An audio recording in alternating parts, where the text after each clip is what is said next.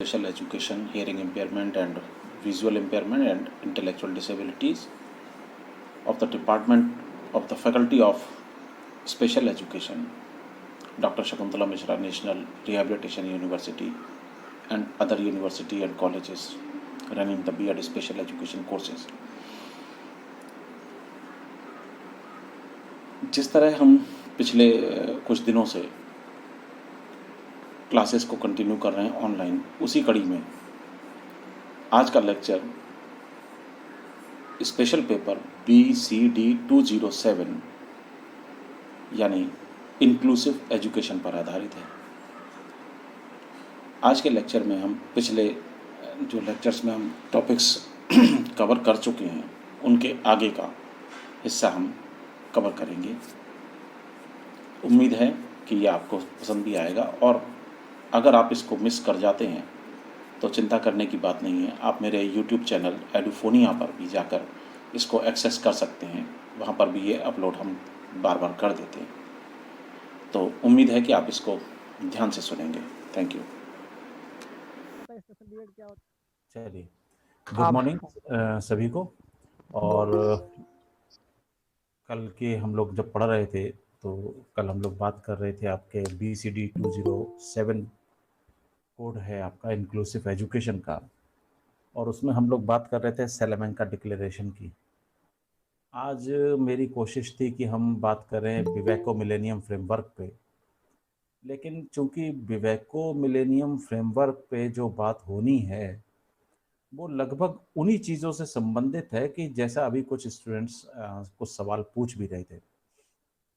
तो मुझे लगता है कि हम लोग पहले एक बार इस बात पर चर्चा कर लें, जिससे कि बार बार केवल वही हमारे पास में डाउट्स ना रह जाएं कि पढ़ तो हमने सब लिया लेकिन डाउट्स अभी भी वही है।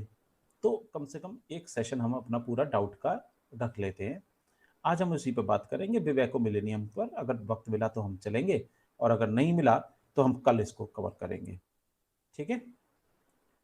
अच्छा, सवाल यहाँ पर आप लोग पूछ रहे हैं, काफ़ी स्टूडेंट्स का एक बहुत ही कॉमन सा सवाल होता है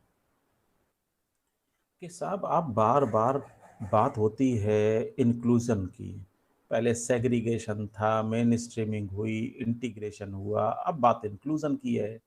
नए नए दौर होते हैं, नए नए शब्द आते हैं, लेकिन क्या इंक्लूजन हो पाएगा? पहली बात। और दूसरी बात कि इंक्लूजन को करने के लिए टीचर्स की ज़रूरत पड़ेगी, टीचर्स को ट्रेनिंग देगा कौन? क्योंकि जब पहली बार कोई चीज़ शुरू हो रही होगी तो आखिर उसको ट्रेनिंग देगा कौन, और ट्रेनिंग देकर उनसे होगा क्या? स्पेशलाइजेशन का ज़माना है। स्पेशलाइजेशन के दौर में जहां हम ये बात करते हैं कि हर व्यक्ति को एक खास चीज़ में स्पेशलाइज्ड होना पड़ेगा, वहां पर क्या ये संभव है कि एक व्यक्ति इतना स्पेशलाइज्ड हो जाए और मल्टीपल स्पेशलाइजेशन कर ले कि HI, VI, MR, LD ये वो सबको पढ़ा सके? तो ये बड़ा एक अजीब से सवाल होते हैं, और वास्तविकता ये सवाल ऐसे हैं कि जिनका जवाब देना बहुत मुश्किल काम भी है, और साथ ही हम ये मान के चलते हैं कि मुश्किल काम भले ही हो, लेकिन शायद हमारी अप्रोच का फ़र्क है। हमें नहीं लगता कि हम लोग सही अप्रोच पर काम कर रहे हों, और उसके आधार पर इसीलिए इतने सवाल उठ जाते हैं। खैर, एक एक करके हम लोग बात करने का प्रयास करेंगे। सवाल पहला ले लेते हैं कि इंक्लूजन संभव है कि नहीं। तो देखिए, जब बात इंक्लूजन की आती है तो इसके पीछे दो बहुत बड़े कहना चाहिए कि एक्ट है।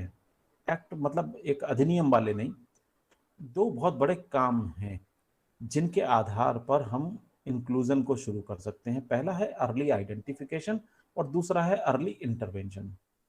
ये दो चीज़ें अगर आपकी पक्ष मजबूत नहीं है तो आप इंक्लूजन तो जाइए भूल, आप इंटीग्रेशन के भी लायक नहीं बच रहे, मेन स्ट्रीमिंग के लायक भी नहीं बच रहे। कुल मिला के सेग्रीगेशन पे चले जाएं। सेग्रीगेशन क्या है? सेग्रीगेशन ये है कि साहब स्पेशल बच्चों को उनकी ज़रूरतों के हिसाब से अलग स्कूल दे दो, और बाकियों को अलग स्कूल दे दो, जैसा कि अपने यहाँ स्पेशल स्कूल वाला माहौल है, वही चलता रहेगा। तो ये जो पक्ष है ये बड़ा अजीब सा है, ये तो सेग्रीगेशन पे हम पहुंच गए। इंटीग्रेशन में जब हम बात करते थे कि एक मिनिमम लेवल पर बच्चों को तैयार कर दिया जाए, एक मिनिमम लेवल पर, जहां पर सपोज हमने मान लिया क्लास 5 तक आते आते जो नॉर्मल बच्चे पढ़ सकते हैं, स्पेशल स्कूल में हम उतना ही प्रयास करते हुए, भले ही 5 की जगह 7 सालों में, 7 की जगह 10 सालों में हम वहां तक पहुंचे, लेकिन हम उस लेवल पर पहुंच गए कि 5वीं क्लास का सिलेबस ये हमारे जो स्पेशल बच्चे हैं ये पूरी तरीके से पढ़ लें और समझ लें। जब हम इस लेवल पर पहुंच जाते हैं तब हम 6th क्लास में ले जाके नॉर्मल बच्चों को और इन दिव्यांग बच्चों को एक साथ प्लेस कर दें और प्लेस करके उन्हें पढ़ाने का प्रयास करें। अब ठीक है भाई, पढ़ाने का हम प्रयास कर रहे हैं क्योंकि वहां तक आते आते हमने सब तरीके की स्किल्स उनकी डेवलप कर दी। हमने उनकी ब्रेल स्किल्स भी डेवलप कर दी, हमने मोबिलिटी स्किल्स भी डेवलप कर दी, हमने उनकी लिसनिंग स्किल्स भी डेवलप कर दी, हमने उनकी ओरल कम्युनिकेशन या मैनुअल कम्युनिकेशन को इतना कर दिया कि वो ओरल कम्युनिकेशन को समझ सके, लिप रीड कर सके। ठीक, इतनी सारी चीजें हमने वहां कर ली और ला के हमने 6th क्लास में उनको भर्ती करा दिया। अब 6th क्लास में आने के बाद बच्चा जब पढ़ाई करेगा तो वो नॉर्मल के साथ करेगा, यानी उस क्लास में होने वाली हर एक एक्टिविटी में पार्टिसिपेट करना शुरू करेगा। लेकिन ये हो कब रहा है? ये हो रहा है एक तय समय के बाद। एक बेंचमार्क हमने डिसाइड कर लिया, वो बेंचमार्क जब हम अचीव कर लेंगे ये सब उसके बाद शुरू होगा। यस, यही कारण है कि ये इंटीग्रेशन है, यानी दोनों अलग अलग जगह पे पले बड़े और हमने लाके एक कॉमन प्लेटफॉर्म पे उन दोनों को रख दिया, एक साथ रख दिया। अब उनको पढ़ाना शुरू किया। लेकिन जैसे ही बात इंक्लूजन की आती है तो इंक्लूजन का मतलब इंटीग्रेशन नहीं है, अलग अलग तैयार करने का नहीं है। हम ये चाहते हैं कि बच्चा एक साथ नॉर्मल के साथ शुरू से पढ़े, बल्कि हम अपने स्कूल को इस तरीके से, अपने करिकुलम को इस तरीके से, टीचर्स के मेथड्स को इस तरीके से चेंज करें कि वो बच्चों की ज़रूरत के हिसाब से बदल सके।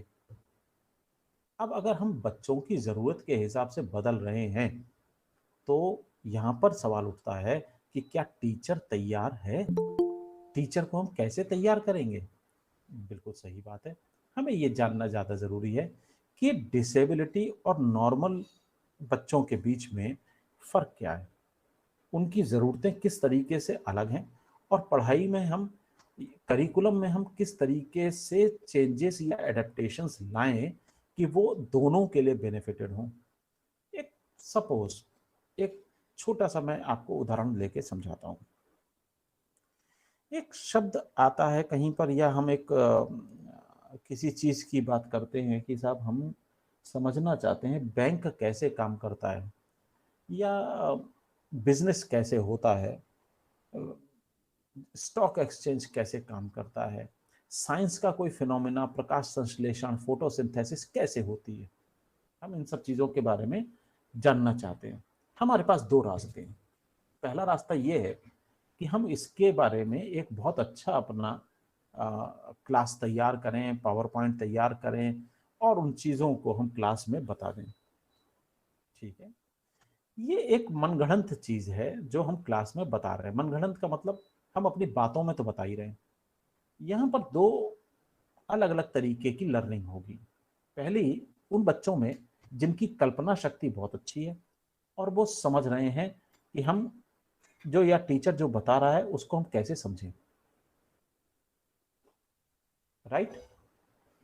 दूसरी चीज आती है ऐसे बच्चे जिनकी कल्पनाशीलता शायद उतनी अच्छी नहीं है, वो नहीं समझ पा रहे हैं कि जो बोला जा रहा है उसका मतलब क्या हुआ। जैसे बैंक में आप पैसा जमा कराने जाते हैं, मैं गया, मैंने अपने 5,000 रुपए जमा कराए, उसके बदले में मुझे 5% का ब्याज मिला और साल के बाद में मैं पैसे निकालने पहुंचा, मुझे कुछ पैसे ज्यादा मिलेंगे, 5 रुपए, 10 रुपए, 25 रुपए, जो भी मिलेंगे ज्यादा मिलेंगे। अब मैं जब गया तो मैंने तो चूंकि अपने आंखों के सामने देखा है इस तरीके की एक चीज की, एक बुजुर्ग औरत थी, वो गई बैंक में पैसा जमा करने के लिए 2,000 रुपए थे, उसने 100-100 के नोट दिए, 2,000 रुपए कैशियर ने लिए, उसने जमा कर लिया। उसी समय एक दूसरा व्यक्ति 2,000 रुपए निकलवाने के लिए आया, उसने वो नोट उठा के उस व्यक्ति को दे दिए। अब ये बुजुर्ग औरत चिढ़ गई, इसने बैंक वाले से कहा तूने मेरे पैसे उनको क्यों दे दिए? बोला अरे माताजी आपके पैसे मेरे पास हैं। बोले ना, तुमने भाई, मैंने जो तुम्हें रुपए नोट दिए वो नोट तुमने उठा के दूसरे को दे दिए। यानी आप देखो, बुजुर्ग औरत की समझ में ये नहीं आ रहा है कि बैंकिंग सिस्टम क्या है। उसको ये समझ में आ रहा है मैंने इसको अपने नोट दिए, इसने उठा के किसी दूसरे को नोट दे दिए, मेरा पैसा तो गया। क्या यही चीज, यही सवाल किसी एक बच्चे को उस लेवल पर नहीं आना चाहिए था दिमाग में? बताओ आप लोग। Yes sir. आएगा ना? मेरे भी समझ में। मैं सर आएगा सर, क्यों नहीं आएगा। हम्म बल्कि अभी तक कई लोग गड़बड़ कर देते हैं, क्रेडिट माने क्या और डेबिट माने क्या। मैं भी आज तक करता हूँ, क्रेडिट माने क्या और डेबिट माने क्या। तो कहने का मतलब है कि ये चीज मेरी समझ में नहीं आता कि अगर मैंने 2,000 रुपए दिए, उसने वो 2,000 रुपए उठा के किसी दूसरे को दे दिए, मेरे पैसे कहाँ गए? हमारे पास बैंकिंग सिस्टम सर कुछ भी आपके नहीं पैसे है। तो सुरक्षित बैंक में है ना। हाँ, वही मैं कह रहा हूँ। आप, अब ये तो आप कह रहे हो, मैं तो नहीं मानता। लेकिन कुल मिला के बैंकिंग सिस्टम क्या है कि एक कागज पे लिखी हुई संख्या जो आपके पासबुक में एंट्री होके मिल जाती है। जब आपको एंट्री होके मिल गई, आप समझ के चलते हो मेरे पास इतना रुपया है, भैया मेरे नोटों के जो नंबर थे वो कहाँ गए। तो हमें रोटेशन समझ में नहीं आता। यानी कुल मिला के अगर हम देखें, छोटे बच्चों को या 5th 6th 7th 8th 9th के बच्चों को अगर हम समझाने बैठेंगे तो शायद ये भी बात उनकी भी समझ में ना आए। इसका एक बेहतर तरीका क्या है? भाई उनको बैंक में लेके जाओ, बैंक में उनको सिखाओ, बैंक में उनको दिखाओ। काफ़ी बच्चे तो ऐसे हो जाते हैं, एमए में आ जाते हैं और बैंक जाके उनको अपना काम करवाना नहीं आता, कैसे पैसे निकलेंगे वो नहीं आता। आपने कईयों ने महसूस किया होगा, कई बच्चे ऐसे होते हैं, पहली बार में बड़ी घबराहट होती है, यस सर, विड्रॉल नहीं भर पाते सर। नहीं भर पाते। कहीं पर हमें ट्रांसफर करना होता है तो लोग क्या कहते हैं, एन, जो नेशनल ट्रांसफर होता है, एंटी क्या कहते हैं, जो भी कहते हैं, ट्रांसफर होता है जहाँ पर बैंक से, हम वो नहीं कर पाते हैं। मतलब हमने कभी सीखा नहीं, हमारे स्कूलों में कभी सिखाया नहीं गया। भैया टीजीएस बोलते हैं ना सर। हाँ, आरटीजीएस, बिल्कुल। हम्म, हमारे स्कूलों में ये चीज़ सिखाई नहीं गई कभी। हमें ये नहीं सिखाया गया कि हमें करना क्या है। लेकिन अगर सोचो, मैं ये चीज़ एक क्लास में 5वीं 6ठी या 10वीं के बच्चों को समझा रहा हूँ और मैं ये से कहता हूँ कि भाई कल हम लोग बैंक चलेंगे और बैंक चल के या पोस्ट ऑफिस चल के हम उसकी क्रियाविधि को देखेंगे, तो ये बताइए कि क्या वो केवल विकलांग बच्चों के लिए फायदेमंद होगा या नॉर्मल बच्चों के लिए भी फायदेमंद होगा? दोनों के लिए सर। जबकि मैं सर तो ये केवल दोनों विकलांगों को फायदे। सिखाना चाहता हूँ।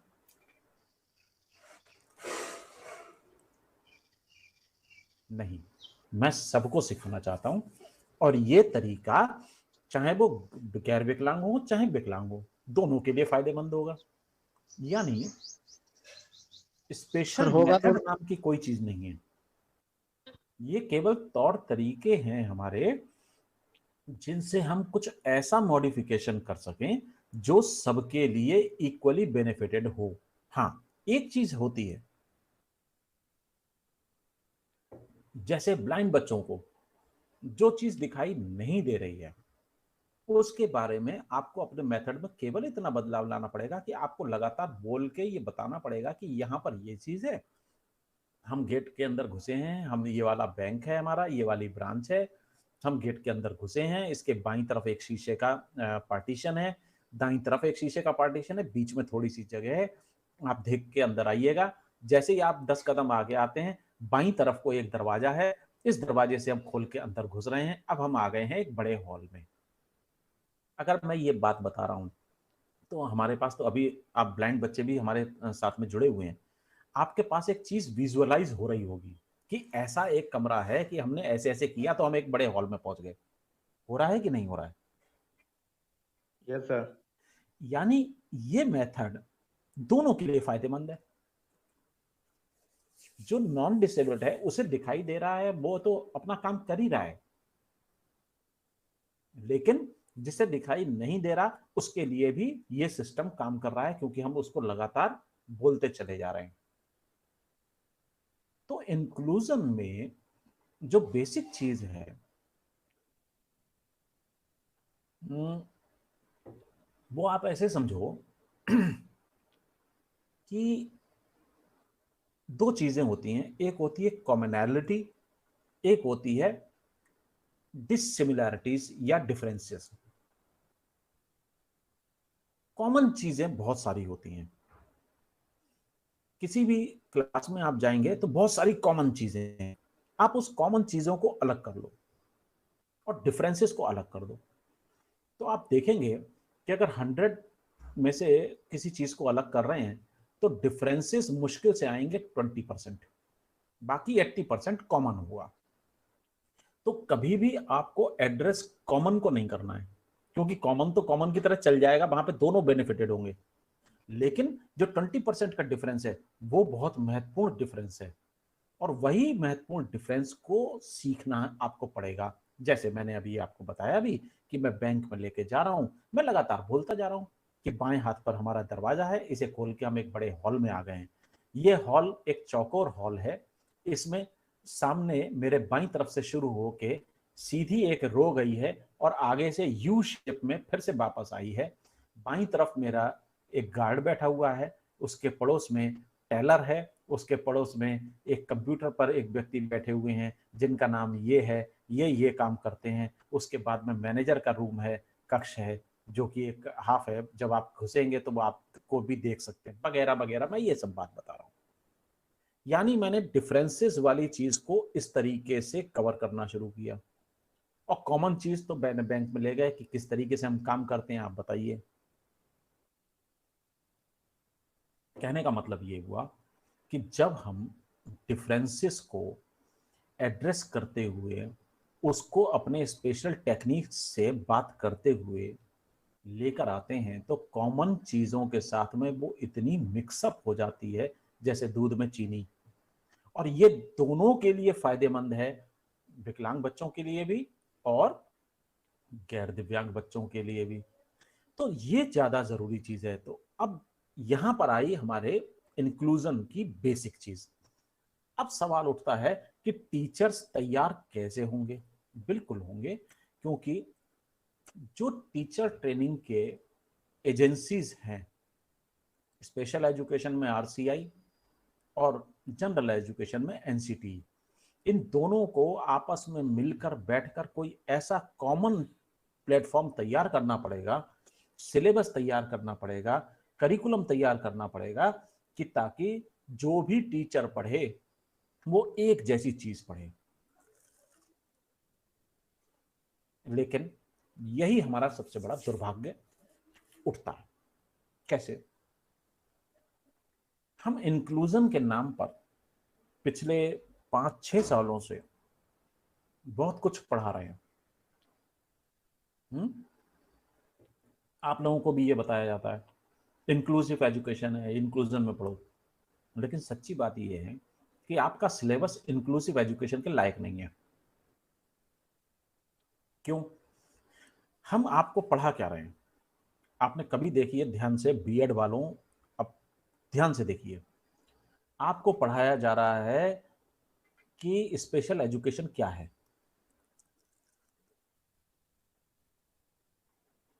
स्पेशल एजुकेशन की हिस्ट्री क्या है, स्पेशल एजुकेशन में किसने क्या किया, विवेको मिलेनियम क्या है, फलाना दिमाका क्या है, ये क्या है, वो क्या है, दुनिया भर की बातें। विकलांग बच्चे क्या होते हैं, क्या नहीं होते हैं। आप देखेंगे कि इन सब चीजों में बच्चों को पढ़ाने की टेक्निक्स बहुत कम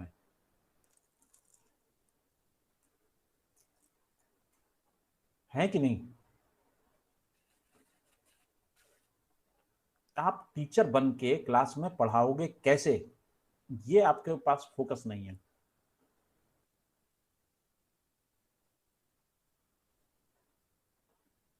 आपको क्या बताया जा रहा है? क्लास में जाइए, 40 लेसन बनाइए, पढ़ाइए और चले जाइए। कोई आपको ये बताने वाला है? आप अपना ही उदाहरण ले लो, दूर तो जाने की जरूरत नहीं है। कोई ये बताने वाला नहीं है कि आपने किस टेक्निक को गलत पढ़ाया, किस टेक्निक को सही पढ़ाया और उसमें कैसे मॉडिफिकेशन होंगे।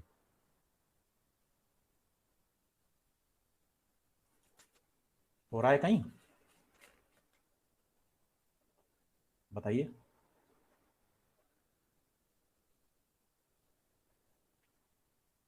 अरे कोई जवाब नहीं दे रहा। हेलो। सर टेक्निक के बारे में हम्म, हम लोग को पहले से कुछ मालूम नहीं है, तो हम्म। कैसे अपना व्यूज देंगे?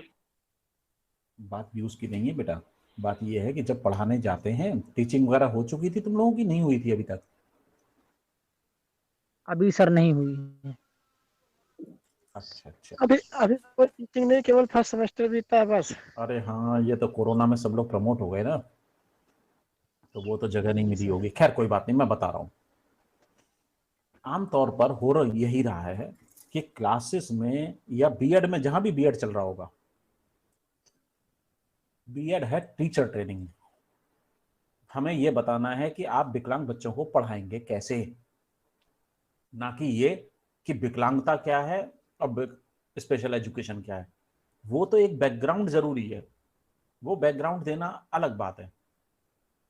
लेकिन यहाँ तो पूरा का पूरा सिलेबस केवल इसी बात का है कि स्पेशल एजुकेशन क्या है, इसकी टेक्निक क्या है, फलाना क्या है, दिमाग का क्या है। टीचर कैसे बनेगा, टीचर होने के लिए गुण क्या होने चाहिए, कौन से रिकॉर्ड वो मेंटेन करेगा, कौन से मॉडिफिकेशंस वो करेगा, किस तरीके से क्लास में अगर वो पढ़ा रहा है, यानी प्रैक्टिकल अप्रोच ज्यादा हो। अब प्रैक्टिकल अप्रोच अगर आप देखोगे तो आपको 40 लेसन प्लान बनाने होते हैं, जिनमें से 20 लेसन प्लान स्पेशल एजुकेशन के हैं, 20 या सॉरी 10 हैं शायद आपके नॉर्मल उसके, 5 या 10, और 5 हैं मुश्किल से इंक्लूसिव एजुकेशन के। जब आप इंक्लूसिव एजुकेशन पढ़ रहे हो तो 5 लेसन प्लान में आप इंक्लूजन में फिट हो जाओगे, इसका मतलब है कहीं ना कहीं गड़बड़ है। अब बात आती है कि आरसीआई और एनसीटी आपस में बात क्यों नहीं करते और एक दूसरे के साथ मिलकर करिकुलम क्यों नहीं डिसाइड करते। तो ऐसा हुआ 2004 में, ये मीटिंग्स हुई थी, मैं भी था उनमें, कि एनसीटी आरसीआई दोनों आपस में मिलेंगी और मिलजुल कर ये तय करेंगी कि इस तरीके से हम लोग एक कॉमन बनाएं करिकुलम, जिससे कि वो लोग भी स्पेशल एजुकेशन के विषय में पढ़ें और हम लोग भी जनरल एजुकेशन टेक्निक्स के विषय में पढ़ें। क्योंकि स्कूल में जब आप जाएंगे, कोई भी स्कूल अलग अलग करके रखेगा नहीं। तो दोनों के बीच में एक समझौता हुआ, दोनों ने अपना पढ़ाई लड़ाई शुरू करी। लेकिन उसमें हुआ ये कि 2015 में जब जाके आपका सिलेबस बदला आरसीआई का, तो आरसीआई ने तो एनसीटी के हिसाब से बदल दिया, लेकिन एनसीटी ने नहीं बदला कुछ भी।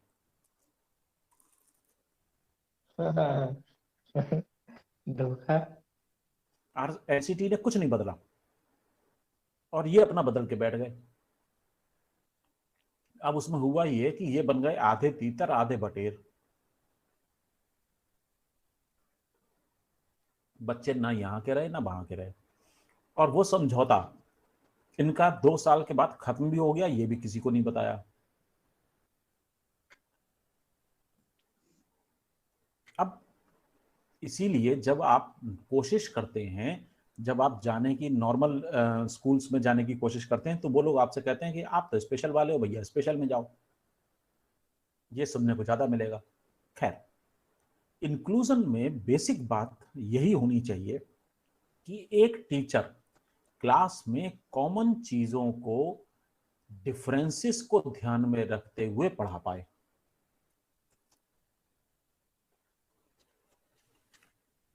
अगर वो ऐसा करने में सक्षम होता है तो वो इंक्लूसिव एजुकेशन का टीचर है।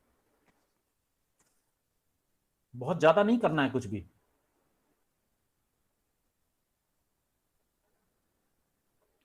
क्योंकि आपके स्कूलों में जो 20% बच्चे आएंगे डिफरेंसेस वाले, उनके डिफरेंसेस को एड्रेस करने के लिए तो आपके पास स्पेशल एजुकेटर है, वो आपको मदद करेगा।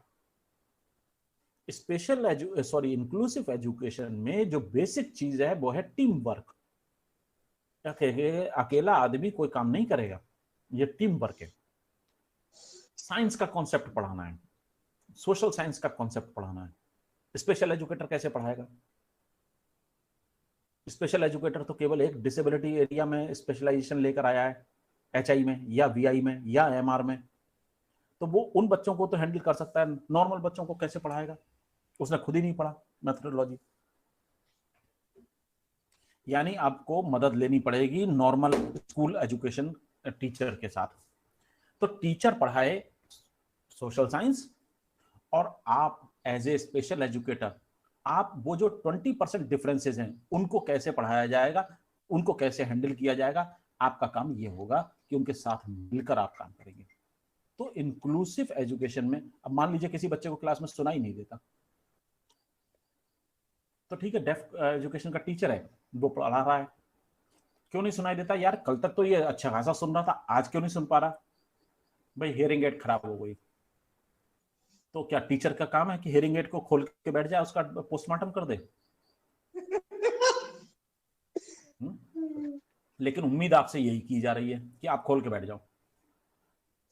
भाई उसके लिए तो आपको हियरिंग एड टेक्नीशियन चाहिए, यानी वो भी आपकी टीम में होगा। ये माइक किसका खुला है भाई, बंद कर लीजिए।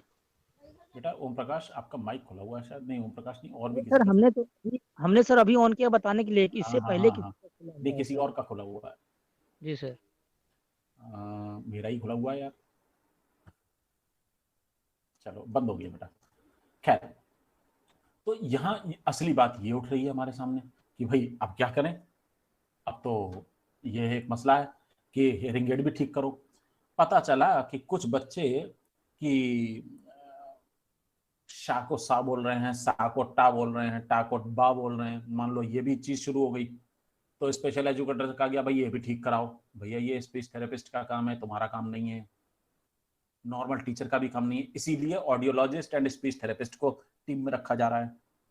कल को बच्चा पता चलेगा कि साहब कोई नॉर्मल बच्चा भी है, वो भी नहीं कल को सुन पा रहा, क्या हो गया? बोले साहब कान में कुछ दिक्कत हो गई, मवाद वगैरह आ रहा है, सुनने में दिक्कत हो रही है। अच्छा, इसका कान का ऑपरेशन भी कर दो। तो स्पेशल एजुकेटर को कहो कि भैया उसका भी पोस्टमार्टम करो। ये तो नहीं चलेगा। इंक्लूजन हमेशा होता है टीम वर्क में, और इसका हर व्यक्ति, हर एक पार्ट बड़ा इंपॉर्टेंट है। इसीलिए ये टीम टीचिंग के रूप में है। नॉर्मल टीचर, स्कूल टीचर पढ़ाएगा, जहां पर दिक्कत आएगी वो उस दिक्कत के साथ में रेफर करेगा स्पेशल टीचर को कि साहब हमने ये चीज पढ़ाई थी, ये मेरे नोट्स हैं, इस बच्चे को समझ में नहीं आ पा रहा है, या आप थोड़ा सा मेरी मदद करिए कि इस बच्चे को ये चीज समझाई जाए। स्पेशल टीचर उतनी मदद करेगा, वो उसको टाइम दे के पढ़ाएगा, उसको समझाएगा, और समझने के बाद में वो फिर मेन स्ट्रीमिंग में। मैं आपको इसका एक एग्जाम्पल बिल्कुल अभी लाइव दे रहा हूँ। अनित, अनित करके है शायद ये लड़का ना, अनित, क्या नाम है इसका? एक तो आनंद शुक्ला है, एक अनित तिवारी करके है। सर अनीत। अनीत तिवारी, अच्छा। जी। तो अनित तिवारी और आनंद शुक्ला दो लोग बच्चे सर डेफ हैं। तीन है सर। कोई बात नहीं, अभी मेरे को सामने दिखाई दे रहा है इसलिए मैं बोल रहा हूँ। तो ये बच्चे हमारी क्लास में पढ़ रहे हैं। मैं तो सबके लिए पढ़ा रहा हूँ, सब बच्चों को पढ़ा रहा हूँ, जिसमें सुनने वाले भी सुन रहे हैं, नहीं सुनने वाले भी सुन रहे हैं। तो नहीं सुनने वाले कैसे सुन रहे हैं? वंदना जी साथ में बैठी हुई हैं, वो मेरी बात को इंटरप्रेट करती हैं और वो उनको समझाने का प्रयास कर रही हैं। वो जब समझ जाते हैं तब तो ठीक है, और अगर नहीं समझ पाते हैं तो वो सीधे वंदना से पूछते हैं, मेरे से नहीं पूछते। वो सीधे वंदना से पूछते हैं कि मैडम हमें ये समझ में नहीं आया, सर से कहो दोबारा समझाएं। तो फिर मेरे को दोबारा बताना पड़ता है, क्योंकि मेरे को जब वंदना जी बोलती हैं सर आपने जो ये आज का क्लास में समझाया था बिल्कुल बकवास समझाया था, हमारी तो समझ में आया नहीं। जब मेरी समझ में नहीं आया मैंने भी नहीं समझाया, तो मैं क्या करूं? मैं ये कह के छुट्टी पा जाऊं, देखो भाई मैंने तो अपनी क्लास ले ली, बात खत्म हो गई, मैं नहीं जानता? ऐसा नहीं होगा। मेरे को क्या करना पड़ेगा? बेटा कल्पना आपने कुछ प्रेजेंटेशन ऑन कर दिया है। हाँ, तो मेरे को क्या करना पड़ेगा? मैं क्या करता हूं कि एक अलग से मैं कह देता हूं ओके कोई बात नहीं बेटा, मैंने जो पढ़ाया था मैं इसको दोबारा से एक बार हल्के हल्के बोल दूंगा, हो सकता है वहां तो मैंने स्पीड में बोल दिया, अब मैं दोबारा हल्के हल्के बोलूंगा, आप एक एक सेंटेंस को समझ के हुए उसको इंटरप्रेट कर लेना। तो जो टाइम वंदना कहेंगी, जो टाइम बच्चे कहेंगे, आपस में एग्रीमेंट हो जाएगा, हम उस समय पर बैठ जाएंगे।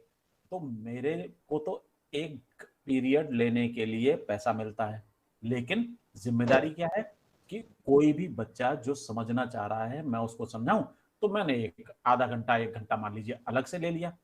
और ये रेगुलर नहीं होता, ये कभी कभार होता है। यानी ये जो 20% वाली जो संभावनाएं थी उसमें आ रहा है कि कभी कभार ऐसा होता है। तो कभी कभार अगर होता है तो हम उसमें एक्स्ट्रा एफर्ट डालते हैं। मान लेते हैं कि मुझे समझ में नहीं आया कि भाई मैं कैसे बताऊं, तो फिर मैं कहता हूं कि यार कोई बात नहीं, ये तो सोशल साइंस पढ़ा रहा था, मुझे ज्योग्राफी तो आती नहीं है और मैं तो जो पढ़ा पाया वो तो उतना ही कर दिया। मैं एक काम करता हूँ, एक ज्योग्राफी के टीचर से बोलता हूँ कि वो इस कॉन्सेप्ट को अच्छी तरीके से समझा देंगे। तो वो वंदना जी को समझा देंगे, वो बोलेंगे, वंदना जी फिर उसको वहां पर कर देंगी ट्रांसफर। तो इस तरीके का कहना ये इंक्लूजन है। अभी एमएड की क्लास में ले रहा हूँ, एमएड की क्लास में कुछ स्पीच थेरेपी से रिलेटेड बात चल रही है। तो मैंने कहा कि भाई मैं स्पीच थेरेपिस्ट तो हूँ नहीं जो मैं आपको बता दूं, बेटर ये है कि मैं रिक्वेस्ट करता हूँ एक स्पीच थेरेपिस्ट के साथ, वो आपकी इस चीज के ऊपर एक लेक्चर ले लेंगे। तो मैंने 2-3 स्पीच थेरेपिस्ट से बात करी, उसमें 2 लोग तैयार हो गए, वो लोग क्लास ले रहे हैं और बच्चे समझ जा रहे हैं।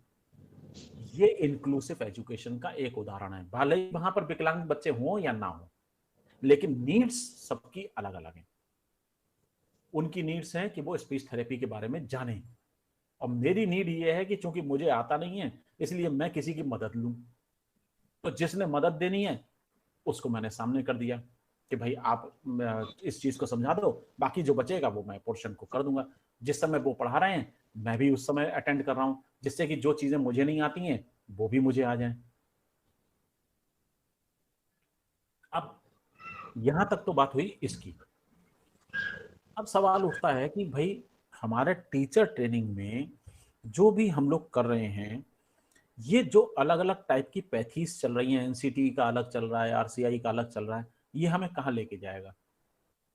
ये कहीं नहीं लेके जाएगा, डुबो देगा फील्ड को। इसे अगर करना होगा तो इन दोनों को खत्म करते हुए कोई एक नेशनल बोर्ड बनाना पड़ेगा जो इंक्लूसिव एजुकेशन के लिए बोर्ड हो।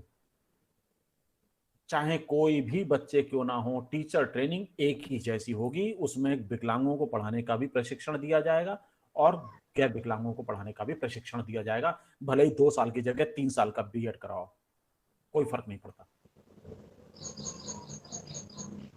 जिस दिन ऐसा शुरू हो जाएगा उस दिन इंक्लूसिव एजुकेशन सही तरीके से आएगी, वरना ऐसी ही चलेगी जैसी अभी है। मुझे लगता है कि आपका जवाब शायद मैंने दे दिया। और कोई किसी का सवाल हो तो बताओ। सर जैसे विकलांगता के विषय में छोटे से क्लासों में अगर इसका कोई पाठ्यक्रम एक एक स्पेशल पेपर इस तरीके से कराया जाए तो कैसा रहेगा सर? इससे कोई फर्क पड़ेगा या नहीं? देखिए 12th तक, मैं तो 12th तक की बात कर रहा हूँ। जी सर। 12th तक बच्चों को डिसेबिलिटी, उसके टाइप्स, उसके प्रकार, उसके और सारी चीजों के बारे में धीरे धीरे धीरे धीरे जानकारियां देनी चाहिए। हाँ और सर, केवल वही हम डिसेबिलिटी ही नहीं, केवल डिसेबिलिटी ही नहीं बल्कि पूरे डिफरेंसेस। जी। हो क्या रहा है कि आज एक विकलांग बच्चे के प्रति हमारा गैर विकलांग बच्चा किस तरीके का एटीट्यूड रखता है, ये हमें बताने की, इसे समझने की जरूरत नहीं है, क्योंकि हम सब जानते हैं।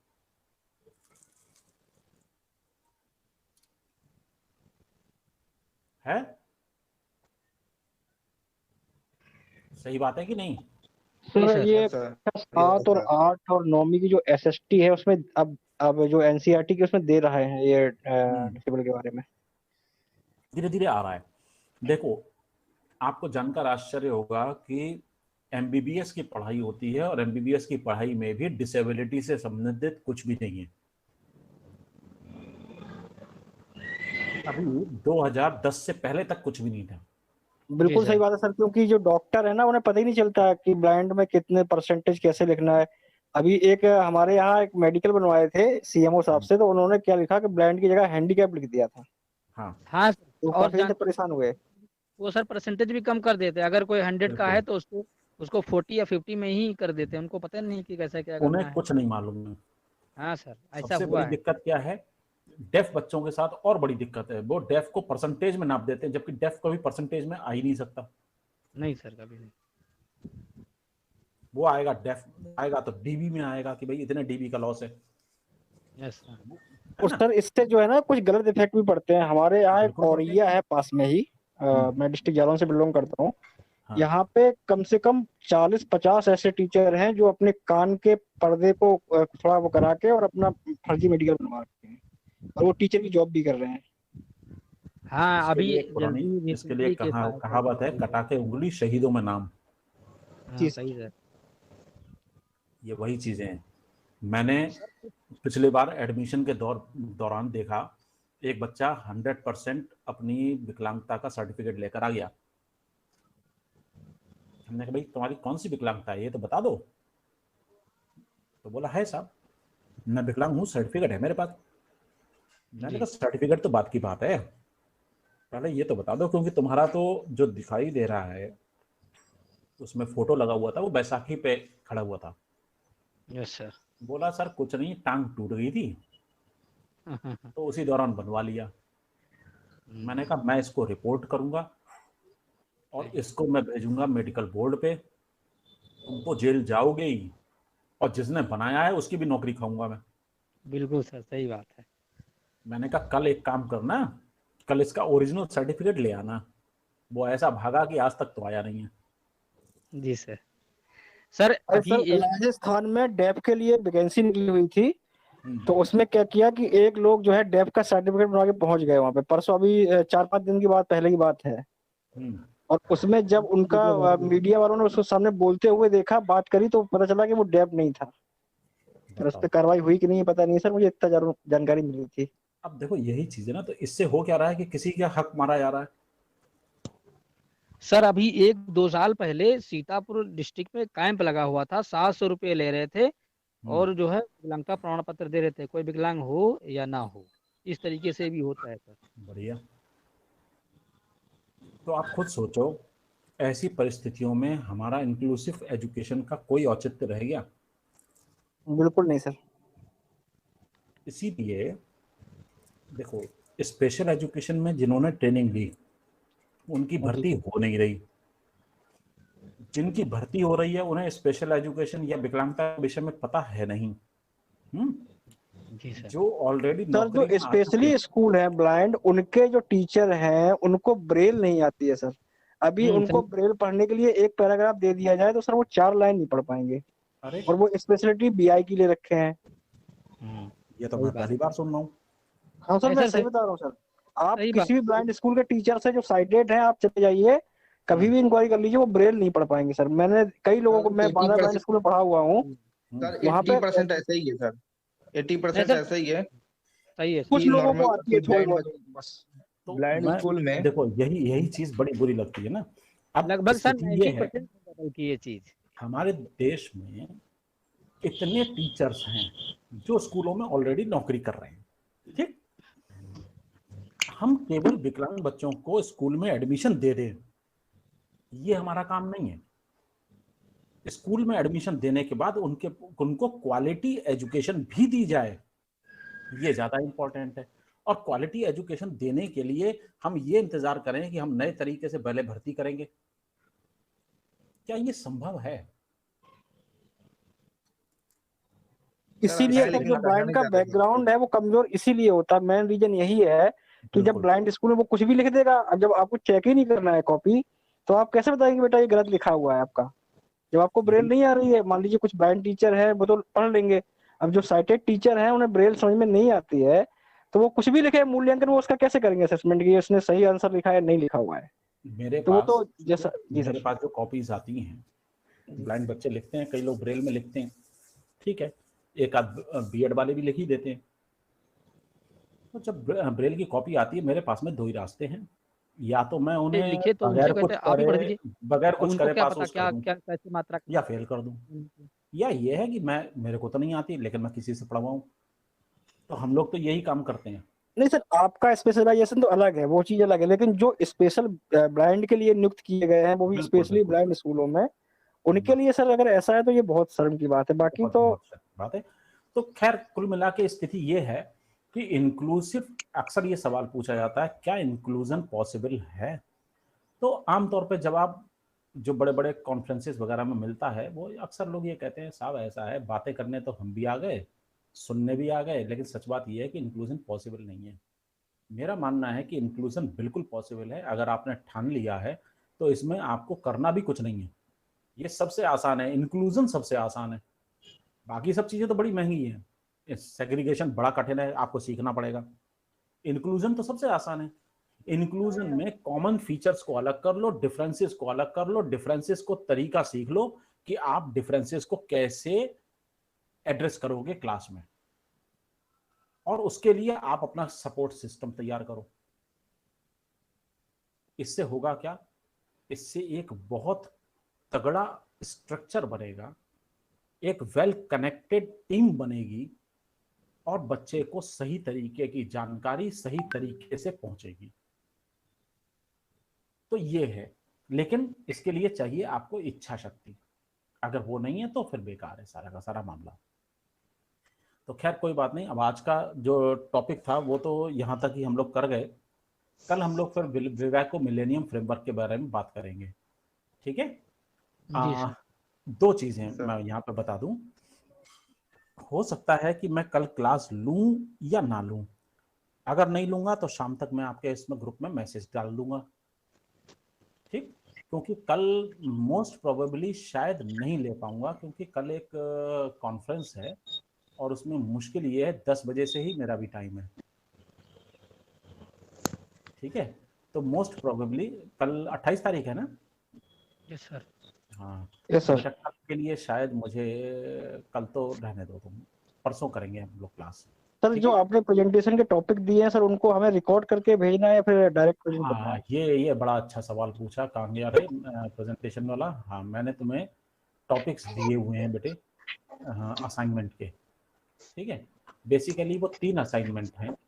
Write an essay on diversity in classroom, especially according to the learning style, linguistic and socio-cultural multiplicity.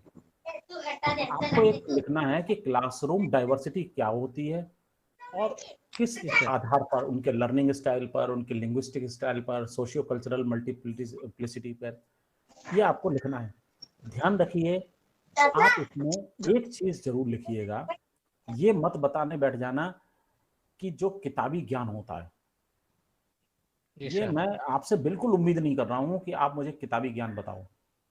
ये सर अपना जो अनुभव है वो आपको क्या समझ में आता है जी सर। कि आप एज ए टीचर अगर एक ऐसी क्लास में हो जहां लर्निंग स्टाइल अलग अलग हो, जहां भाषाई आधार पर लोग अलग अलग हों, जिनका सामाजिक और सांस्कृतिक तौर तरीके से अलग अलग बच्चे हों, और अगर आपके सामने कोई सिचुएशन आ जाती है, आप उसको हैंडल कैसे करोगे। जी सर, बिल्कुल सर। ये आपका कॉमन सेंस है। ध्यान रखिए कि इस असाइनमेंट में सर मैं तो प्रेजेंटेशन हमेशा कॉमन सेंस से ही देता हूँ, मुझे तो अपने उस पर ही बिलीव रहता है, क्योंकि अगर डेफिनेशन सर हमें डेफिनेशन याद नहीं होती सर, मैं आपको बताऊँ, मैं बहुत कोशिश करता हूँ, मुझे याद नहीं होती। मुझे भी याद नहीं होती, इसलिए मैं पढ़ाता ही नहीं हूँ डेफिनेशन। एक्चुअली रट्टा वाली चीज सर रट्टा वाली चीज सर समय पर जो है ना वो भूल जाती है सर। बेटा मैं आपसे चाहता ही नहीं, देखो किताब आपके सामने है, आपके सामने नहीं होगी तो इंटरनेट पे होगी, 50 किताबें आप पढ़ लोगे, और किताब पढ़ के अगर आपने वही चीज़ मेरे सामने दोहरा दी तो मैं इसे कहता हूँ इंटेलेक्चुअल वॉमिटिंग। जी सर। समझे। तो कहीं से पढ़ के आए कचरा ज्ञान और आपने उल्टी कर दी मेरे सामने। सही बात है। और क्या, वो मैं समेटने के लिए नहीं बैठा हूँ। मैं ये जानना चाहता हूँ कि आपने इस कॉन्सेप्ट को समझा, तो उस कॉन्सेप्ट के आधार पर अगर कोई सिचुएशन आपके सामने आती है तो आप उससे कैसे निपटोगे, बस खत्म। और मैं इस असाइनमेंट का मेरा कोई उद्देश्य ये नहीं है कि मैं आपको सही और गलत साबित कर रहा हूँ।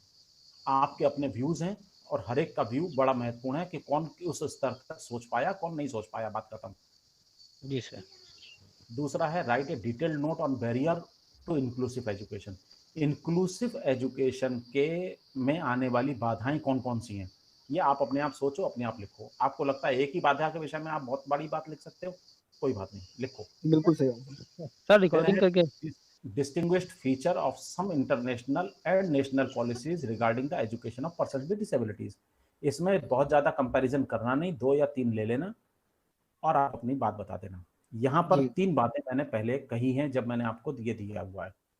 पहला कल ही मैंने आपको मैसेज किया था। पहला तो ये हाँ है सर, कि मैंने ये देखा था सबके लिए आपका कॉमन मैसेज। है। ये सबके लिए कॉमन है। आप में से जो भी व्यक्ति जो भी ले टॉपिक, सबसे पहले टॉपिक लिखिएगा और फिर अपनी बातें, मैंने इसमें लिख के भी दिया हुआ है कि अपना नाम, अपनी क्लास और डिसेबिलिटी स्ट्रीम कौन सी है। जैसे आप लिखोगे BEd special education HI VI या MR, है ना। पेपर का नाम, पेपर का कोड, टाइटल, असाइनमेंट का जो आप ले रहे हो, और मोड ऑफ प्रेजेंटेशन, आप रिटन दे रहे हो, ओरल दे रहे हो या साइन लैंग्वेज में वीडियो के माध्यम से दे रहे हो, और डिसेबिलिटी आपकी अगर है तो कौन सी है, जिससे मुझे ये पता चल जाए कि साइन लैंग्वेज कौन इस्तेमाल कर रहा है और ओरल या रिटन कौन इस्तेमाल कर रहा है ना। यस सर ये 3 टॉपिक में एक टॉपिक चूज करना है। कोई एक ओके सर। Yes sir. कोई सर एक इसको बने। प्रेजेंट सबमिट करना होगा हम लोगों को। क्या हुआ सर ये हम लोगों को कब तक सबमिट करना होगा? हाँ, कब तक वाली बात मैं बता दूंगा। फिलहाल अभी आपके पास 1 हफ्ता है। ठीक है सर, ठीक है सर। ठीक है, थैंक यू। अभी हाँ 1 हफ्ता है। एक चीज सर। मैंने कल आपको उसमें बताई थी, वो उस चीज को थोड़ा सा ध्यान रखिएगा कि नॉर्मल बच्चे, हाँ बेटा 1 मिनट, कि नॉर्मल बच्चे तो इसको रिटन में देंगे। ब्लाइंड बच्चे ओरल प्रेजेंटेशन देना चाहें तो दे सकते हैं। अगर रिटन में देना चाहते हैं रिटन में भी दे सकते हैं, ओरल देना चाहते हैं तो वो अपनी एक रिकॉर्डिंग कर लें और ये जो सब अपने नाम पता ये सब चीजें उसमें पहले बता दें और फिर अपनी ओरल प्रेजेंटेशन मेरे को मेल कर देंगे। जो डेफ बच्चे हैं वो रिटन देना चाहें रिटन दे लें, और अगर नहीं देना चाहते हैं तो ISL का इस्तेमाल करते हुए अपना एक वीडियो बनाएं, जो बात वो बताना चाहते हैं वो उस वीडियो में रिकॉर्ड करें और वो रिकॉर्डिंग मेरे पास भेजेंगे। जी सर, मैं उसको इंटरप्रेटर्स के माध्यम से मैं पता लगा लूंगा कि वो क्या कहा गया क्या नहीं कहा गया। इंक्लूजन है ना, वो भी मैं भी इंक्लूजन करूंगा फिर थोड़ा बहुत, और उसके हिसाब से देखेंगे। ठीक है, जी सर, ठीक है। तो ठीक है फिर थैंक यू सर। ये सब चीजें फिर मैं देखता हूँ कि कल छोड़ो फिर परसों लेते हैं क्लास। ठीक है, जी sir. Thank you sir. Vandana ji कुछ कह रही थी, Thank you, यही बात थी। जी सर, बच्चे पूछ रहे थे कि तीनों टॉपिक में से किसी एक को करना है क्या? किसी एक को। ठीक है सर। ठीक है, उनसे कहो कि 3 बच्चे हैं ये अपना ISL में वीडियो बना देंगे और बेहतर है कि वो ये तरीका इनसे काम आ ठीक जाए। है। ठीक है।